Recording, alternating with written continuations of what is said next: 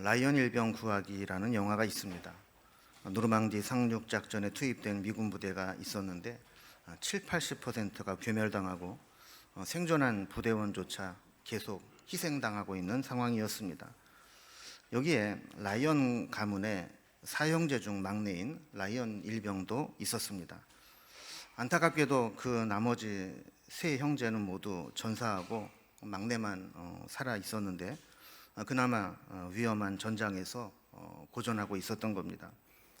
유일한 생존자인 막내 아들마저 생사의 기로에 있다는 사실을 알게 된 미 행정부에서는 전쟁 반대 여론을 반전시킬 명분도 삼을 겸 이 막내 아들만이라도 구출해서 집으로 돌려보내자고 결정을 합니다. 그래서 밀러 대위를 중심으로 8명의 팀을 구성해서 라이언 일병 구출 작전에 투입을 합니다. 저들은 이 한 명을 위해서 이 다수의 희생을 감수하는 것이 필요한가 하는 의구심을 표현하지만 결국 작전에 따르기로 하여 투입이 되죠. 몇 명의 소대원을 잃으면서 우여곡절 끝에 라이언 일병을 찾았지만 라이언 일병은 동료를 버리고 자기만 돌아갈 수는 없다고 거절하게 됩니다. 결국 밀러 대위와 그의 남은 소대원들은 라이언 일병과 함께 독일과의 마지막 전투에 임하게 됩니다. 라이언 일병은 살아남지만 밀러 대위를 비롯한 나머지 많은 소대원들이 그 전투에서 모두 목숨을 잃고 맙니다. 이 영화의 상황 설정이 아직 전투 중인 상황으로 되어 있지만 만약에 라이언 일병이 전투 때 패해서 포로로 잡혀 있거나 인질로 붙잡혀 있는 상황이라면 아마 그의 반응은 다를 수 있었을 겁니다. 요즘 팔레스타인에 인질로 잡혀 있던 이스라엘 국민의 영상이 공개되며 또 그가 살해되었다는 소식이 전해질 때 전 세계의 소식을 접하는 사람들은 안타까움을 더하게 되었고 또 이스라엘 백성들은 분노하고 있습니다. 살해된 인질이 남긴 마지막 영상에 보면 마지막으로 햇볕을 쬐고 신선한 공기를 마신 게 언제인지 기억조차 나지 않는다. 전쟁을 멈추고 이 미친 짓이 중단되고 내가 바로 귀가할 수 있도록 모든 일을 다 해달라 이렇게 호소했던 것입니다. 주변에 잡혀 있었던 인질들이 한 명씩 살해를 당할 때 남은 인질들이 느끼게 되는 정신적 고통은 이루 말할 수 없을 것입니다.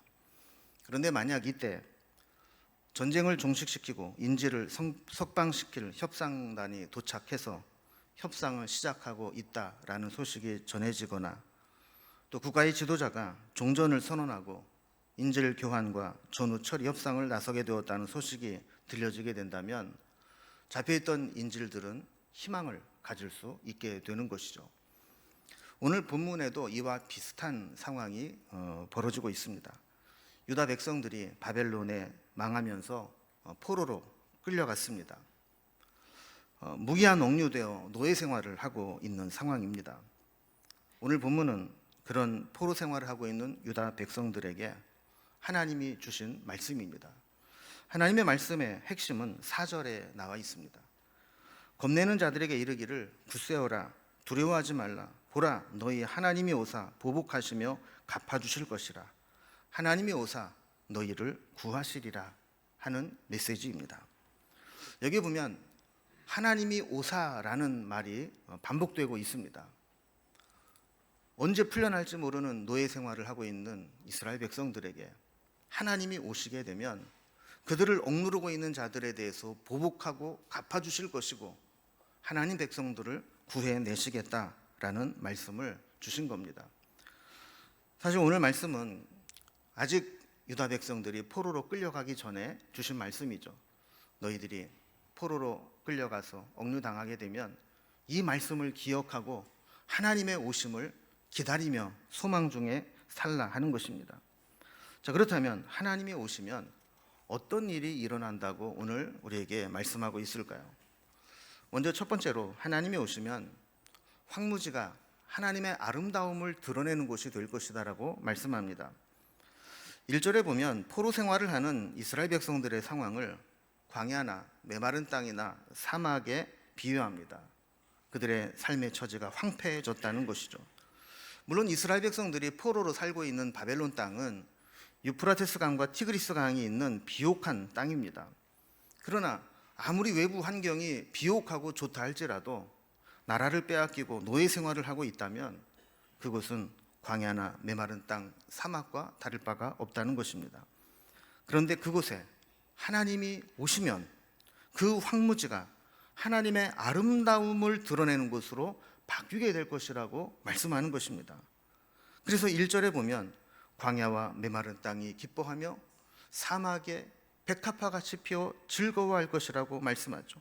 2절에 보면 레바논의 영광과 갈멜과 샤론의 아름다움을 보리라 그랬습니다.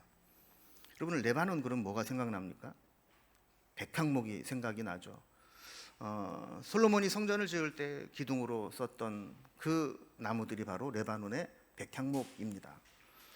또 갈멜이라고 하는 것은 이스라엘 평지를 의미하는데 다윗 시대에는 나발의 목장이 있었던 아주 비옥한 땅입니다. 또 샤론 그러면 뭐가 생각이 납니까? 샤론의 꽃 예수, 이런 찬송가 가사처럼 꽃이 만발하게 피는 아름다운 평원을 상징하는 곳입니다. 이렇게 사막과 메마른 땅과 광야와 같았던 곳이 하나님이 오시면 이렇게 백향목이 무성한 레바논, 그리고 엄청난 평원과 꽃밭이 있는 갈멜과 샤론의 아름다움을 나타내는 곳이 될 것이라고 말씀합니다. 6절에도 똑같은 말씀을 합니다. 하나님이 오시면 그 땅은 광야에 물이 솟겠고 사막에 시내가 흐를 것이라 그랬습니다.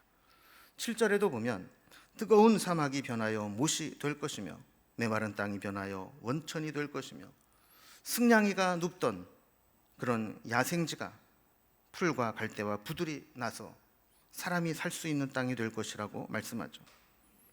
여러분, 여기에 말하고 있는 광야, 메마른 땅, 사막은 왜 생겨난 것입니까?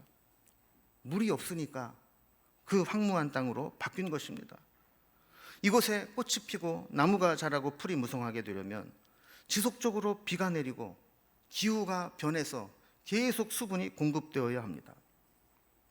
지금 아프리카에는 엄청난 사막화가 광범위하게 진행되고 있다고 합니다. 예전에 그 큰 호수와 강줄기들이 말라버렸고 우거졌던 숲풀이 사막으로 변해가고 있는 겁니다.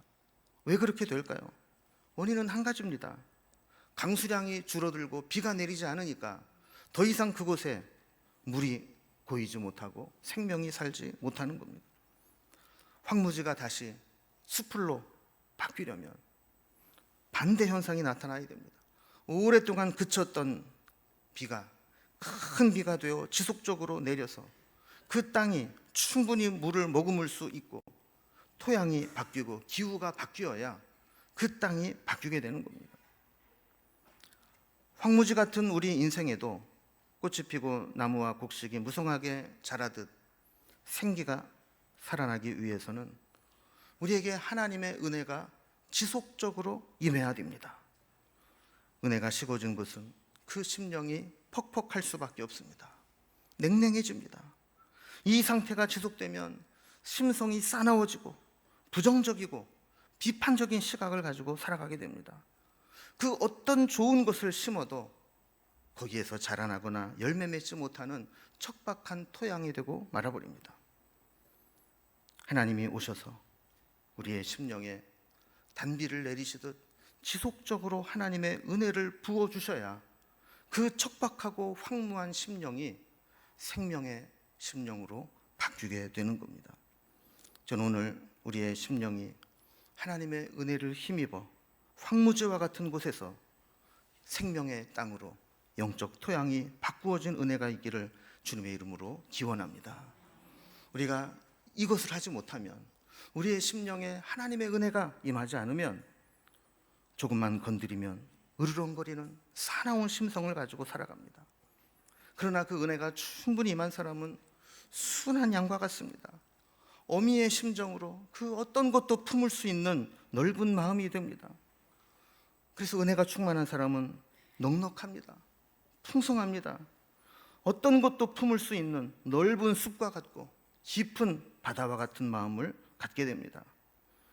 하나님이 오셔서 우리의 심령에 은혜를 부어주셔서 황폐하고 척박했던 우리의 심령이 주의 은혜로 살아나는 은혜가 있기를 주님의 이름으로 기원합니다. 두 번째로, 하나님이 오시면 어떤 일이 일어나는가? 연약한 자가 힘을 얻을 것이라고 말씀합니다. 절망 가운데 있는 자가 희망을 품으려면 계기가 필요합니다. 어제까지 절망 가운데 빠져 있는데 자고 일어났더니 상쾌해지고 막 희망이 솟는다, 이런 일은 없습니다. 뭔가 중간에 계기가 있어야 절망이 바뀌어 희망이 되는 겁니다. 성경은 그 계기가 하나님이 우리에게 찾아오시는 것이라고 말씀합니다. 되게 크게 실패하고 주저앉은 경험이 있는 사람은 쉽게 재기할 생각을 못합니다. 의기소침하고 무기력합니다. 그러나 하나님이 오셔서 그 심령을 만져주시면 절망이 희망으로 바뀌게 됩니다. 4절 말씀 다시 보면 하나님이 오시면 원수에게는 보복하시고 갚아주실 것이고 하나님의 백성들은 구원해 내신다고 말씀합니다. 이 성경에서 보복과 구원은 때로 동시에 일어나는 것으로 말씀하고 있습니다. 성경이 원수 갚는 것과 하나님의 백성을 고통스럽게 하는 것들을 심판하고 보응하시는 것이 곧 하나님의 백성을 구원하는 것으로 연결되기 때문입니다.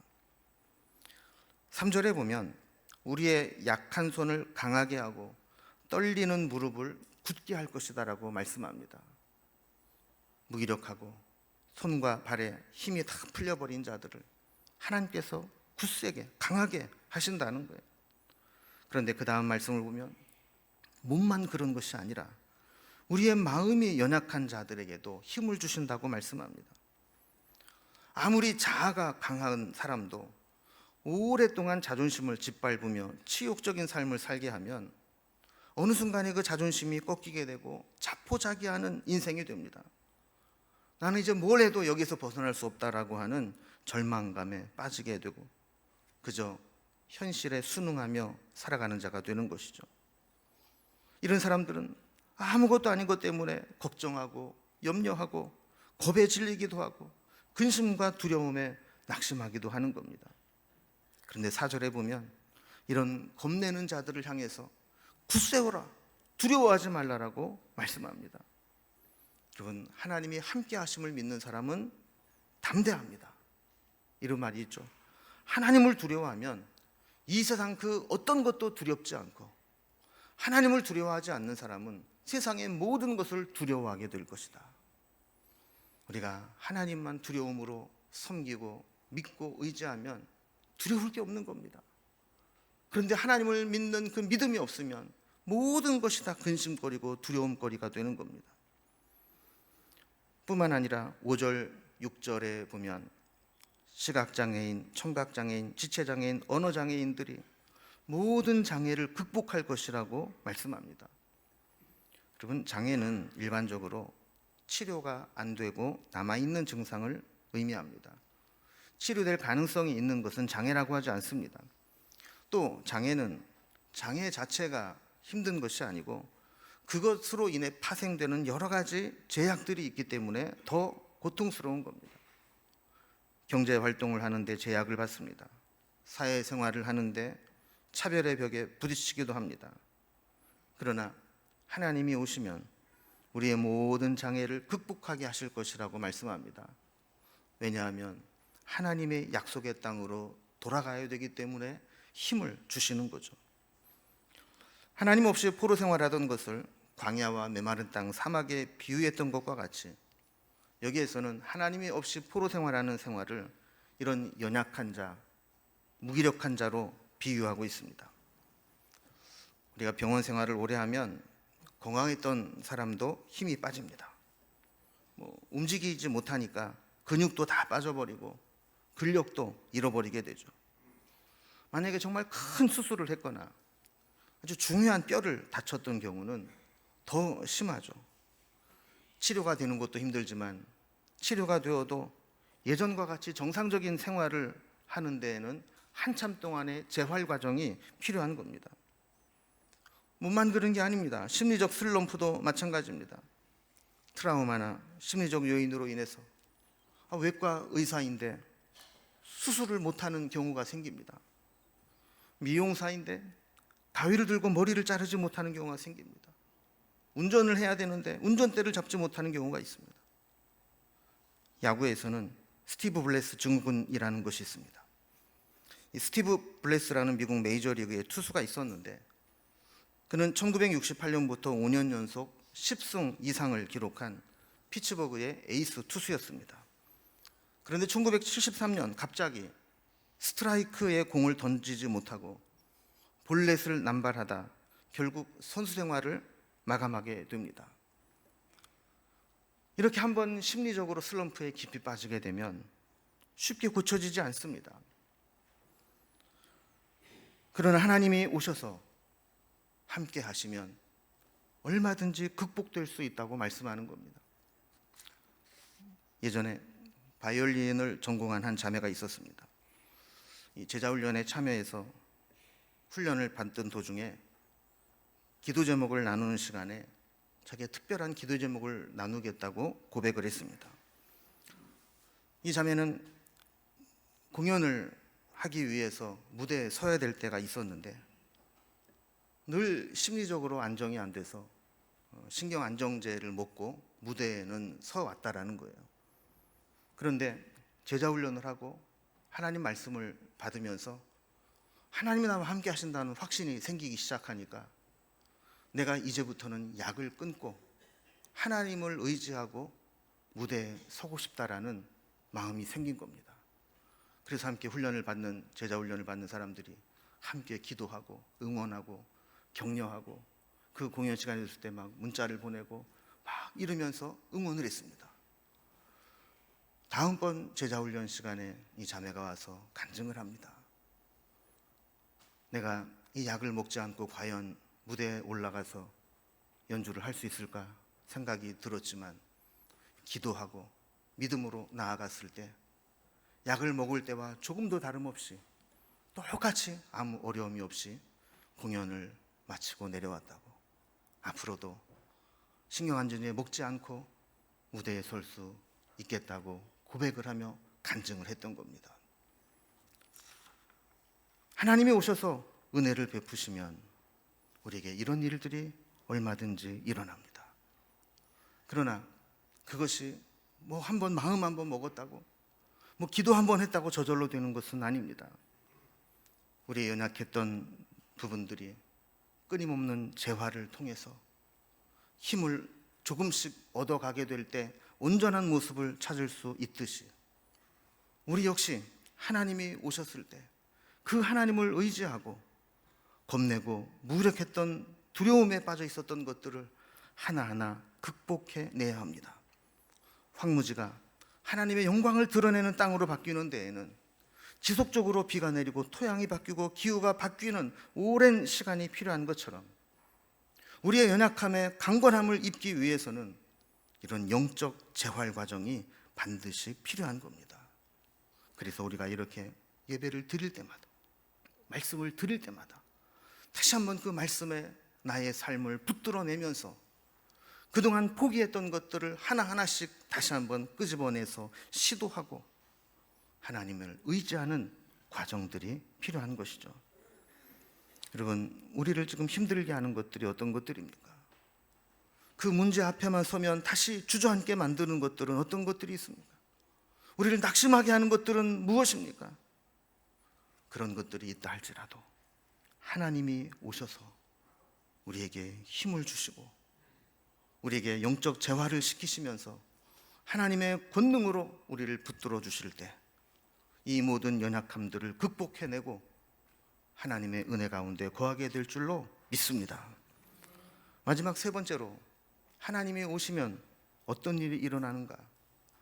우리로 하여금 하나님이 주시는 땅으로 돌아가게 하신다는 겁니다. 하나님이 바벨론 내 포로 생활하고 있는 하나님 백성들을 찾아가시는 이유는 바벨론 땅에서 잘 먹고 잘 살게 복주기 위함이 아닙니다. 단지 고통 중에 있는 자들에게 위로를 전해주기 위함도 아닙니다. 저들을 다시 강하게 해서 힘을 얻게 해서 약속의 땅으로 다시 데리고 돌아오게 하기 위해서 하나님은 저들을 찾아가신 것입니다. 저들을 데리고 약속의 땅으로 돌아오기 위해서 하나님이 제일 먼저 하신 일은 그들을 위해 길을 내신 겁니다. 광야나 사막에서 가장 위험한 것은 길을 잃는 것입니다.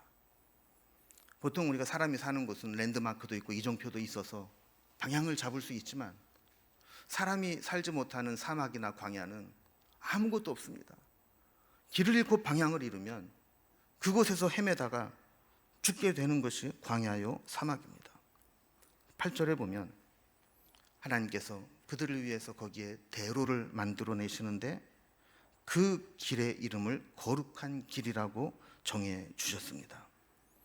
하나님 백성들이 그 길로 가면 큰 길이 있어서 길을 잃지 않도록 그 길로 인도하시는 겁니다. 그리고 그곳에 들어갈 수 있는 자들은 철저하게 통제하십니다. 거룩하지 못한 자, 깨끗하지 못한 자, 우매한 행인들은 그곳으로 지나가지 못하도록 통행을 통제하는 것이죠. 그러나 하나님의 백성들, 거룩한 자는 그곳으로 하나님의 약속의 땅으로 돌아오게 하시는 겁니다. 시편 84편 5절에 보면 주께 힘을 얻고 그 마음에 시온의 대로가 있는 자는 복이 있나이다라고 고백합니다. 마음에도 길이 있다는 겁니다. 그런데 그 길은 시온을 향한 대로가 있는 자가 복이 있다는 것이죠. 이런 게 무슨 얘기입니까? 우리가 언제든 하나님께 달려갈 수 있는 마음의 통로, 그 시온의 대로가 마음에 있는 자가 복이 있다는 거예요. 여러분, 돌아보면 하나님께 나아가고 싶어도 하나님께 가지 못하는 사람들이 많습니다. 그 앞에 수많은 장애물들이 가로막고 있고 그 가는 길을 혼란스럽게 만들어서 하나님께 나아가는 길이 그렇게 험난한 사람들이 있습니다. 겨우 하나님 앞에 나와도 기도하고 싶지만 기도가 안 되는 사람들이 있습니다. 말씀을 듣는데 말씀의 깨달음이 오면서 말씀이 내 심령을 살리는 것이 아니라 말씀을 들으면서도 의심과 불신의 마음들만 마음에 남아있는 사람들이 있습니다. 여러분, 이런 사람들은 마음에 시온의 대로가 막힌 사람입니다. 그러나 우리의 심령에 시온의 대로가 있는 자, 그 대로로 하나님께 나아갈 수 있는 자는 얼마든 은혜의 땅으로 들어가게 되는 겁니다.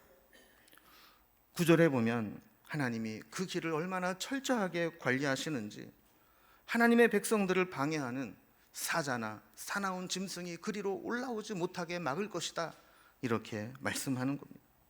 그리고 10절에 보면 하나님의 백성들이 무사히 시온에 이르러서 그들이 머리 위에 영영한 희락을 띠고 기쁨과 즐거움을 얻게 될 것이고 슬픔과 탄식이 사라지게 될 것이라고 말씀하는 것이죠. 오늘 말씀들을 보면 하나님이 내 삶에 오시지 않았을 때, 우리가 하나님을 잃어버렸을 때 우리의 인생은 광야와 사막과 메마른 땅처럼 황무하게 됩니다. 그러나 그곳에 하나님이 찾아오시면 하나님이 영광을 드러내는 곳, 연약한 자들이 힘을 얻는 곳, 하나님이 약속해 주셨던 땅으로 돌아가는 은혜가 생기게 되는 것입니다. 믿음은 하나님이 우리의 삶 가운데 찾아오셔서 우리를 고치시고 우리를 강하게 하시고 우리를 하나님의 뜻 가운데로 이끌어 주실 때까지 기다리는 것입니다. 제임스 에드워드가 지은 틈입하시는 하나님이라는 책이 있습니다. 이 책에 보면 하나님은 우리가 가장 약하고 절망적인 순간에 우리에게 찾아오셔서 우리와 함께 하신다라고 이야기를 합니다. 여러분, 8명의 성경의 인물들을 이야기하면서 그들의 인생 가운데 하나님이 어떻게 찾아가시는가를 설명하는데, 하나님의 약속을 받고 믿음으로 반응하기도 하지만 하나님은 우리가 철저히 낙심하고 절망하실 때까지 약속하시는 것을 주시지 않을 때가 있다는 거죠. 그래서 하나님의 약속을 믿고 기다리는 것이 정말 잘한 선택인지, 하나님의 약속을 붙잡고 있는 것이 잘못된 선택은 아닌지, 이런 혼란스러운 생각이 들 때가 있다는 겁니다. 게다가 반복되는 약속보다는 불가능한 명백한 증거들이 더 크게 보일 때 우리는 그 약속을 포기하고 현실에 굴복하며 살아갈 수 있다는 겁니다. 그래서 하나님의 약속도 잊어버리고 낙심하고 있을 때 그때 하나님이 방문하셔서 잠자던 소망을 다시 불피우시고 결국 약속하시는 것을 이루어내게 하신다는 겁니다. 그리고 우리는 먼저 하나님을 찾지 못할 때가 많습니다. 그러나 사람들이 그분에 대해서 기대하지도 못하고 그분을 환영하지도 못할 정도로 낙심해 있을 때 우리가 가장 연약하고 끔찍한 순간에 하나님은 우리를 찾아오셔서 우리와 함께 하신다는 겁니다. 때로 부족함과 포기를 하며 한탄하는 자의 삶에 개입하셔서 우리로 하여금 더 이상 무기력에 빠져 있지 않게 끌어내시고 영적인 전사로 만드신다는 겁니다. 우리는 하나님의 약속을 잊어버리고 살아가면서 각자 자기의 인생의 각본을 쓰고 그 각본대로 열심히 살아갑니다. 그런데 하나님이 찾아오시면 그 각본을 뚫고 들어오셔서 내가 쓴 각본을 수정하시고 하나님의 각본대로 우리를 인도해 내시는 겁니다. 바벨론의 포로로 끌려가 아무런 소망도 품을 수 없는 현실, 주변의 삶은 황폐해질 대로 황폐해졌고 그들의 삶은 무기력하고 연약해질 대로 연약해져 있고 그 땅에서 아무런 소망도 갖지 못하게 될 때 하나님은 먼저 말씀을 그들에게 주시면서 지금 당장은 불가능해 보이고 무기력해 보이고 절망적인 상황 가운데 있는 상황을 바꾸어 하나님이 원래 약속해 주셨던 것들을 이루어 가신다는 겁니다. 이제 오늘 이 말씀을 우리의 삶에 한번 대입해 보면서 오늘 말씀을 마무리하려고 합니다. 하나님이 우리의 삶에 오시면, 우리의 인생에 오시면 우리에게는 어떤 일들이 일어나게 될까요? 황무지와 같이 척박하고 황폐한 우리의 삶이라 할지라도 그 자리를 고치셔서 하나님의 아름다움을 드러내는 곳으로 바꾸어 주실 것입니다. 무기력하고 연약함에 주저앉아 있었던 우리에게 힘을 주시고 고치셔서 힘을 얻게 만들어 주실 것입니다. 그리고 하나님이 없는 그 땅에서 하나님이 약속하신 약속의 땅으로 돌아오게 하실 것입니다. 여러분, 하나님의 임재하심이 여러분의 삶에 있습니까?